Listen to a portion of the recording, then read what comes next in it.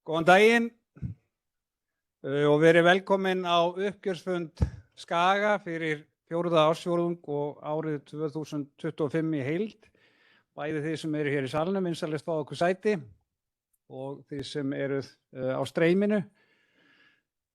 Nú sem fyrr að þá munum við Brynjar fjármálastjóri fara yfir uppgjörið og helstu áfanga á síðasta ári.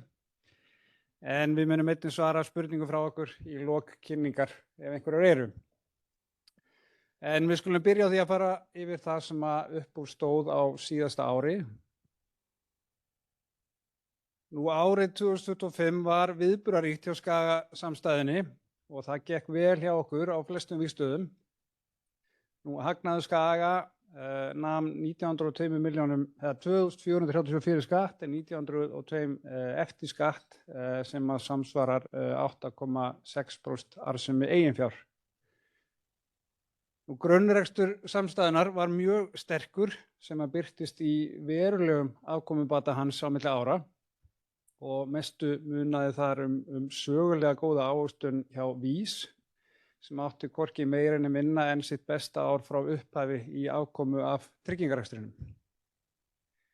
Nú í fjármálastarfseminni ljóst að áhersla á tekjuvöxt farin að skila sér í aukinni stærðarhagkvæmni og arðsemin að komast á gott ról samhliða því. Nú ávöxtun fjárfestingareigna var hins vegar nokkuð undir markmiðum ársins sem kemur að mestu til vegna neikvæða þróunar á hlutabréfamörkuðum en ávöxtunin var þó aðeins lítilega undir viðmiðunarvísitölu og nokkur betri en hjá samkeppnisaðilum okkar. Og nú við tilkynntum samrunaviðræður við Íslandsbanka í byrjun október síðastliðinn og eru þær nú langt komnar en ég mun fara betur yfir það hér á eftir. Nú hér á þessari glæru að þá sjáum við þróun á grunnrekstri samstæðunnar, það að segja afkomu tryggingarekstrar, afkomu fjármálastarfsemi og móðurfélags en án fjárfestingasafnsins. En eins og sjáum á að þá góður gangur í grunnrekstrinum og kemur það bæði fram í talsverðum tekjuvöxti í öllum rekstrareiningum eða 11% á síðasta ári. Sem og í verulegri aukningu afkomu fyrir skatt sem fer úr rúmum 800 milljónum fyrir árið 2024 og upp í ríflega 2,4 milljarða á síðasta ári. Það má því segja að árið 2025 sé árið sem að við byrjum að uppskera eftir nokkuð langt tímabil stefnumótunar og samþættingar undanfarin árin. Nú og hér sjáum við svo myndrænt hvernig afkoma grunnrekstri hefur aukist á milli ára á meðan afkoma fjárfestinga, þar að segja ávöxtun fjárfestingasafns ásamt fjármagnsliðum og svo hærri skattar draga afkomu ársins niður.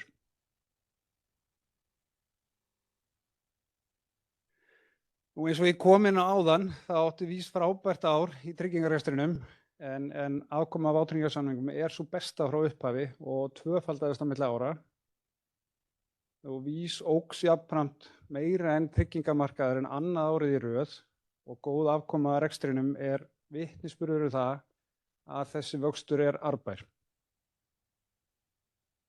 Og tekjur af vátryggingarsamningum jukust 9,5% á milli ára en þar af jukust tekjur af líf- og sjúkdómatryggingum 12,2%. Og niðurstaða ársins samsett hlutfall upp á 90,7% og afkoman tæpi 3 milljarða króna sem fyrr segir besta afkoma að tryggingarekstrinum í sögu félagsins. Nú þá jókst einnig meðmælatrið mest af öllum tryggingafélögum á árunum en við munum á komandi ári halda áfram með að kynna nýjungar sem miða að því að bæta upplifun viðskiptavina okkar allt land. En stöldrum einnig við ávöxtun fjárfestingaeigna en eins og flesti þekkja þá voru nokkrar sviptingar á mörkuðum á síðasta ári, sérstaklega fyrri hluta ársins. Ávöxtun skuldabréfa var góð en hlutabréfamarkaðir innanlands voru tiltölulega þungir og ávöxtun skráðra hlutabréfa dró afkomu ársins talsvert niður. En eins og ég kom inn á áðan þá var ávöxtun á safninu því undir okkar markmiðum fyrir síðasta ár. Og eins og sjáum á hér á myndinni nokkuð undir því sem við eigum að venjast til lengri tíma. En á þessu ári þá ávöxtunarmarkmið okkar fyrir safnið 9,5% sem í takt við sögulega ávöxtun undanfarinna ára. Nú í fjármálastarfseminni þá höldum við áfram að byggja upp tekjuhliðina og leggjum kapp á að auka arðsemi samhliða þeim tekjuvexti og aukinni stærðarhagkvæmni. Og á vinstri hluta þessara myndar má sjá þróun 12 mánaða tekna í lok hvers ársfjórðungs. En þar má sjá hvernig tekjur af fjármálastarfseminni að vaxa jafnt og þétt og hvernig hlutfall eignastýringartekna hefur jafnframt aukist. Og hægra megin má svo sjá 12 mánaða takt í afkomu af fjármálastarfseminni sem heldur áfram að þróast í rétta átt. Afkoma fyrir skatta nam 238 milljónum á árinu og sem talsverð bæting frá fyrra ári en í takt við það sem við höfum verið að boða á undanförnum ársfjórðungum. Og loks má geta þess að samþætting á starfsemi ÍVAF inn í samstæðu Skaga gekk að mestu vel á árinu og nú lokið.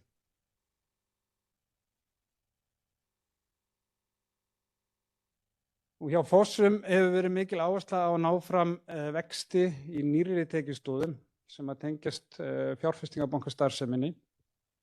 En jafnframt hefur verið mikill uppgangur í fyrirtækjaráðgjöf félagsins.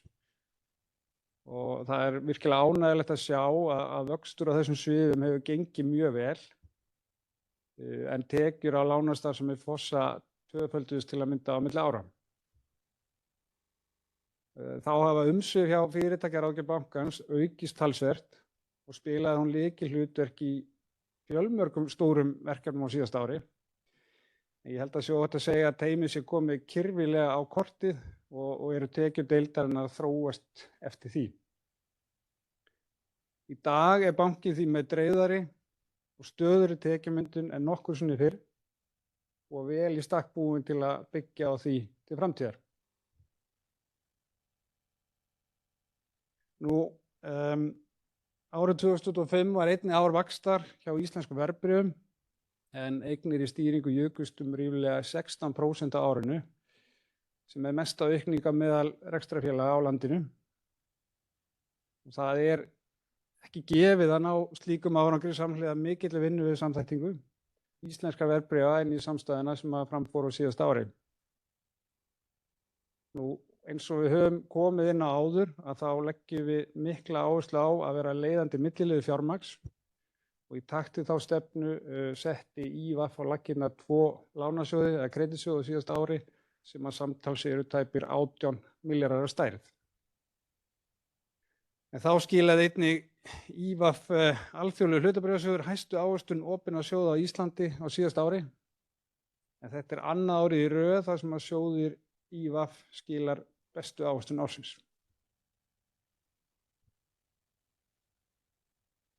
Við kynntum í lok síðasta árs fjárhagsleg markmið fyrir árið 2026 en fram til þessa þá höfum við upplýst rekstrarhorfur í samsettu hlutfalli tekjum af fjármálastarfsemi og ávöxtun fjárfestinga en birtum nú ítarlegri markmið samhliða því meðal annars afkomu af grunnrekstri.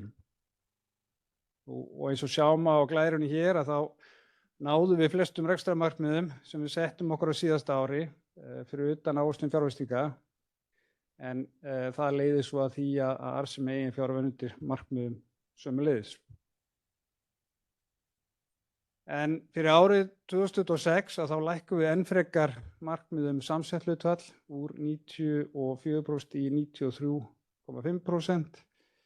Við stefnum jafnframt áfram að áframhaldandi sterkum tekjuvexti í tryggingum og fjármálastarfsemi og sem fyrr segir stefnum að því að ávöxtun fjárfestinga verði yfir 9,5%. Áætlun ársins gerir ráð fyrir því að hagnaður samstæðu verði rúmir 4 milljarðar króna. En við munum halda ykkur upplýstum framgang þessara markmiða í komandi uppgjörum. Að lokum þá langar mig til að staldra við samrunaviðræður okkar við Íslandsbanka. Og eins og við höfum sagt áður, að þá sjáum við mikinn ávinning á sameiningu félagana tveggja, meðal annars með því að innleiða samþætt viðskiptamódel sem byggir á styrkleikum beggja félaga, en að okkar mati verður sameinað félag leiðandi á banka- og tryggingamarkaði, auk þess sem að samruni býr til öflugri fjárfestingarbanka og eignastýringarstarfsemi sem jafnframt hefur fjölmörg tækifæri til áframhaldandi sóknar. Áreiðanleikakönnunum og samleiðagreiningu lokið og það unnið að frágangi samrunasamnings. Og þá einnig vinna við skil á tilkynningu til samkeppnisyfirvalda vel á veg komin og viðræðum hefur miðað vel og væntingar standa til þess að hægt vera að greina frá frekari fregnum í náinni framtíð. En nú gef ég boltann yfir á Brynjar fjármálastjóra sem ætlar að fara nánar yfir fjárhagslegt uppgjör.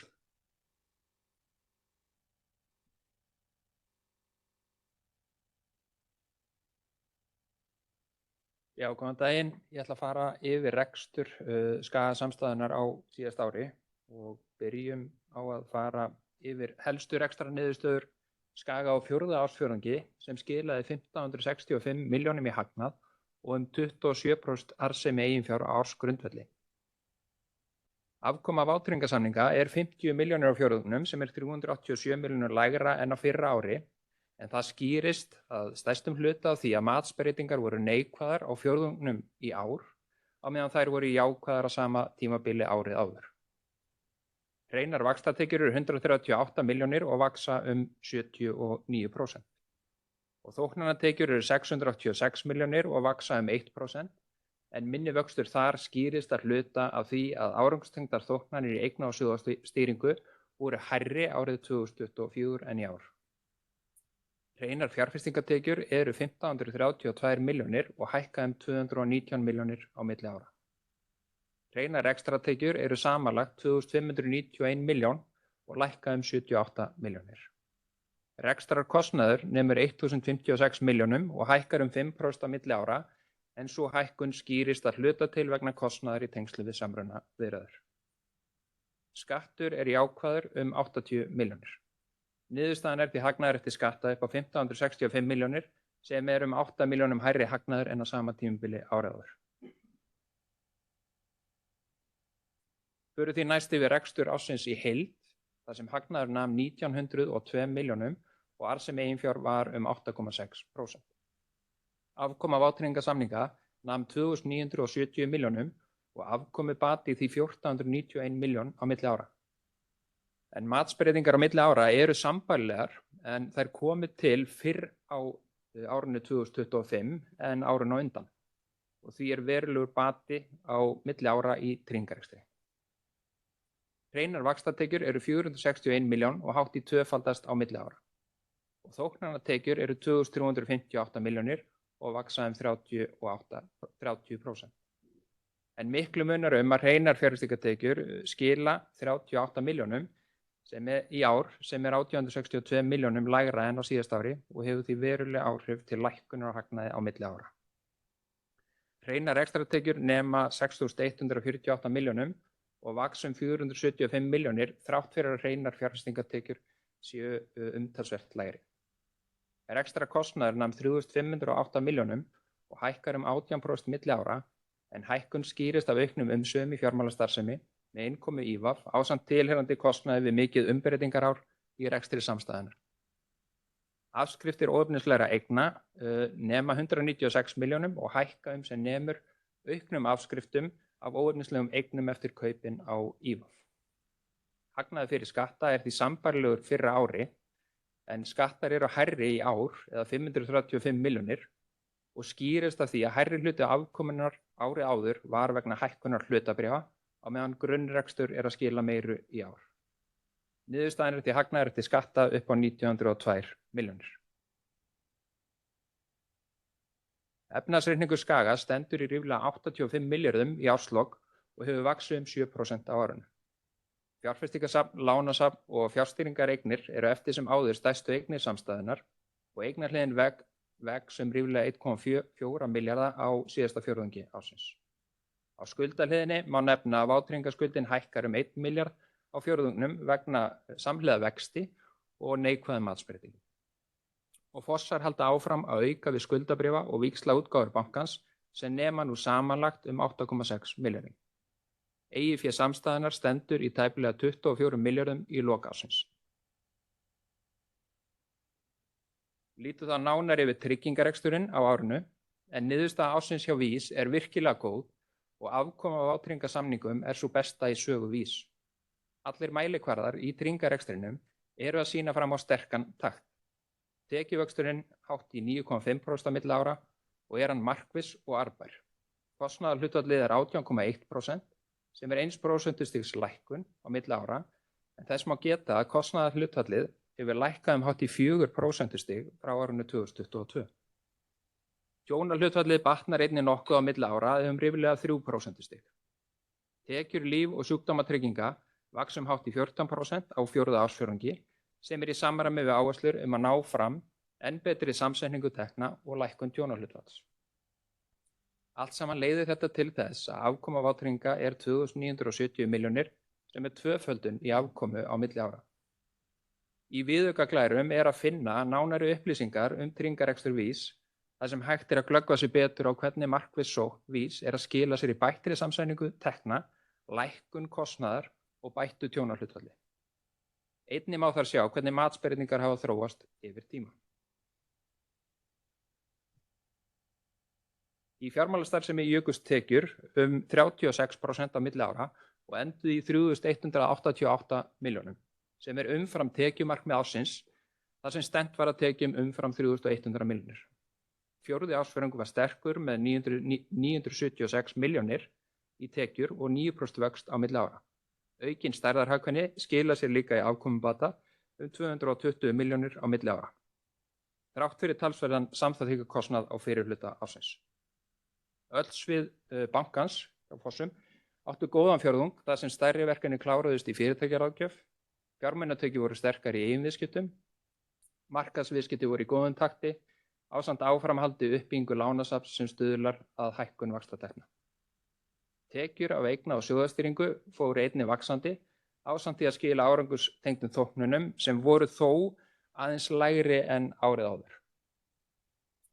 Eignir í stýringu eru á undan áætlun komnar yfir markmið okkar 250 milljarða. Við stefnum áfram á sterkan vöxt á eignum í stýringu á þessu ári og stefnt er að því að vaxa umfram 270 milljarða í stýringu í ár. Markmiðið er að fjármálastarfsemin skili yfir 20% arðsemi efnislegs eiginfjár sem er bundið í fjármálastarfseminni. En í því samhengi má geta þess að efnislegt eigið í fjármálastarfsemi Fossa og IVAF nemur ríflega 3 milljörðum króna áramótin. Fjórði ársfjórðungur er fyrsti fjórðungurinn í fjármálastarfsemi þar sem hægt er að gera svokallaðan like for like samanburð á milli ára þar sem að IVAF kom inn á fjórða ársfjórðungi 2024. Hérna má sjá að tekjur eru að vaxa 9% á milli ára á meðan kostnaðargrunnur er að lækka eilítið en þetta skila sér í aukinni afkoma fjármálastarfsemi á milli ára upp á 236 milljónir á fjórða fjórðungi. Afkoman og afkomubatinn er að mestu að koma fram hjá Fossum eða 222 milljónir fyrir skatta en afkoma íslenskara verðbréfa var 16 milljónir fyrir skatta. Auk þess skila Fossar jákvæðum skatti sem leiðir til þess að fjármálastarfsemin skilar 299 milljónum í ár eftir skatta. Markmiðið er að sækja áfram frekari vöxt og aukna arðsemi í starfseminni. Í fjárfestingasafni VÍS má sjá að fjárfestingatekjur eru 2.355 milljónir hérna hægra megin niðri og ávöxtun á árinu 5,2%. En það er fjórði ársfjórðungur sem skilar 4% og langmestum hluta af þeirri ávöxtun sem kemur fram á árinu eftir að markaðurinn tók nokkuð við sér á þeim fjórðungi. Skuldabréf skiluðu mestu framlagi í fjárfestingatekjur eins og sjá má hérna vinstra megin niðri eða ríflega 2,5 milljörðum en ávöxtun hlutabréfa var dræm á árinu í heild, sérstaklega í skráðum hlutabréfum. Skráð hlutabréf voru neikvæð 922 milljónir á meðan óskráð hlutabréf í safninu hækkuðu 575 milljónir. Og hér niðrið hægra megin má einnig sjá að fjármagnsliðir vega þungt á árinu eða samanlagt ríflega 2 milljarða og hækkun 600 milljónir á milli ára. En dræm ávöxtun hlutabréfa og háir fjármagnsliðir leiða því til þess að hreinar fjárfestingartekjur VÍS skila aðeins 20 milljóna á árinu. Fjárfestingarsafn VÍS stendur í tæplega 50 milljörðum áramótin og tilfærslan í eignasafninu var helst sú að dregið var úr vigt skráðra hlutabréfa og ríkisskuldabréfa og auki við óskráð hlutabréfa á fjórða ársfjórðungi, en þar var meðal annars tekið þátt í hluthafaútboði Dranga. Í þróun samsetningar hægra megin niðri má sjá að vægi hlutabréfa samtals 34% í lok fjórðungsins. Hlutabréfasafnið skiptist svo eftir sem áður í bæði óskráð hlutabréf og skráð hlutabréf, þar sem óskráð hlutabréf vigta tæplega 15% og skráð hlutabréf 19%. Við minnum á að hægt að sjá nánar niðurbrot og stærstu eignir eignasafnsins í viðaukaglærum líkt og áður. Þegar við horfum á rekstrakostnað samstæðunnar í heild, þá best að bera saman árin 2024 og 2025 miðað við samstæðuna í núverandi mynd. En á árinu 2025 má sjá að kostnaður í fjármálastarfsemi 2.845 milljónir og hefur hækkað ríflega 500 milljónir frá síðasta ári. Þessum 500 milljónum má gróflega skipta niður í 100 milljónir vegna einskiptis og samþættingukostnaðar, hátt í 300 milljónir vegna hærri kostnaðargrunn sem fylgdi í VAF og þá má rekja 100 milljónir til hækkunar á grunnkostnaði vegna aukinna umsvifa og verðlagshækkana ár frá ári. Hækkun á grunnkostnaði þegar nemur því 4% á milli ára. Og þegar við horfum á rekstrakostnaði í tryggingastarfsemi, þá hækkar hann á sama tíma 3,7%.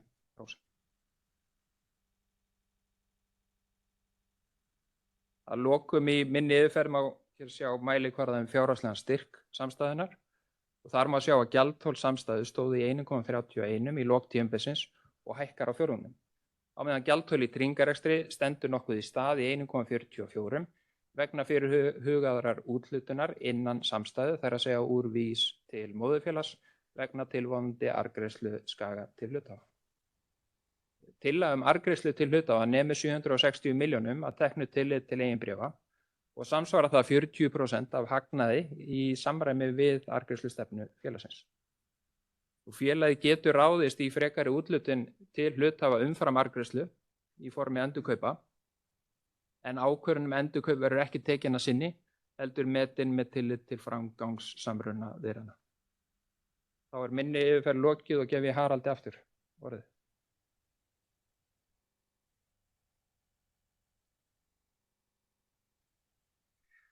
Takk fyrir þessa yfirferð, Brynjar, en áður en við förum í spurningar þá langar mig til að draga saman nokkur lykilskilaboð.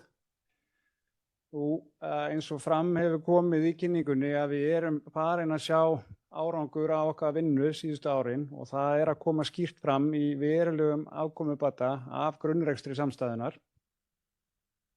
VÍS hefur stórbætt afkomu af vátryggingum á sama tíma og félagið vex hraðast allra tryggingafélagi sem frábær árangur og Guðný Helga og hennar teymi eiga mikið hrós skilið fyrir þann árangur sem hefur náðst á undanförnum árum.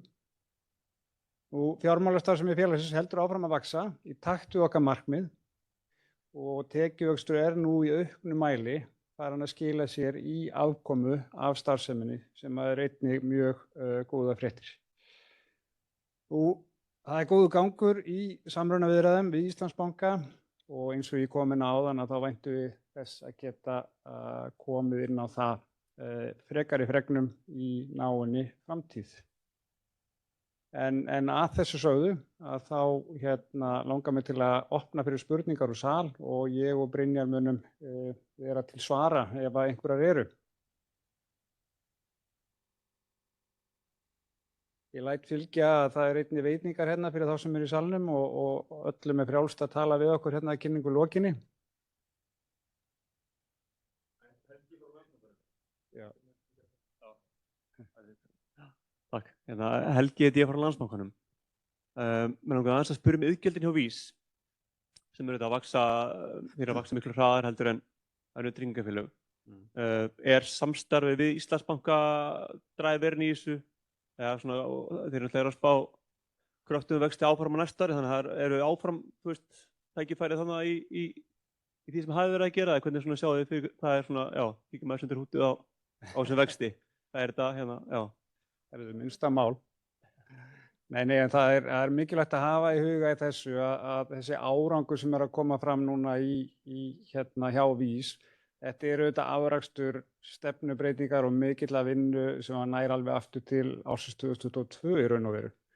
Og við erum bara að sjá afrakstur af þessum stefnubreytingum, áherslum í sölu.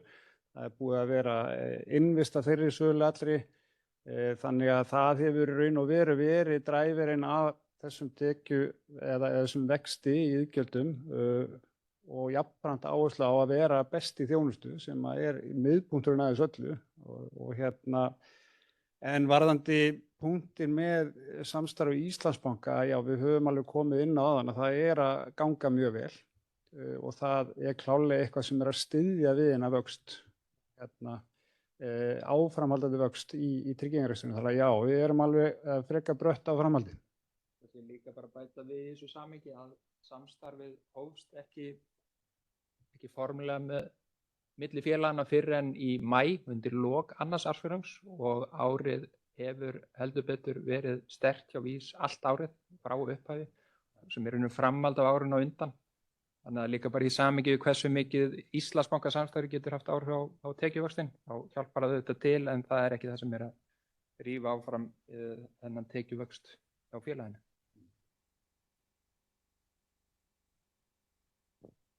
Fleiri spurningar?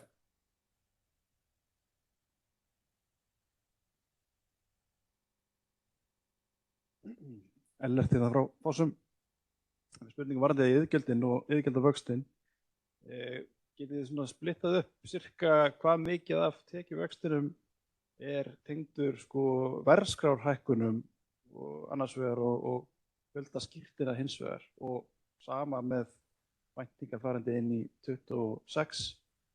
Hvað svona það reiknað með mikilli hækkun á verðskrá á baku þennan vöxt sem reiknað með yfir 7% farandi inn í árið. Þetta svona nokkurn veginn í taktu vel nú. Ég ekki alveg með þetta á taktunum en auðvitað partur af þessu að verðleggja þá áhættu sem hefur verið að vinna með í öllum eignaflokkum en svona heilt yfir þá má horfa á þannig að þetta svona nokkurn veginn í taktu verðleg. Upplýsingar tekjuvöxt eru veittar alveg sundurliða á greinaflokka í kynningunni og hægt að sjá það nánar þar.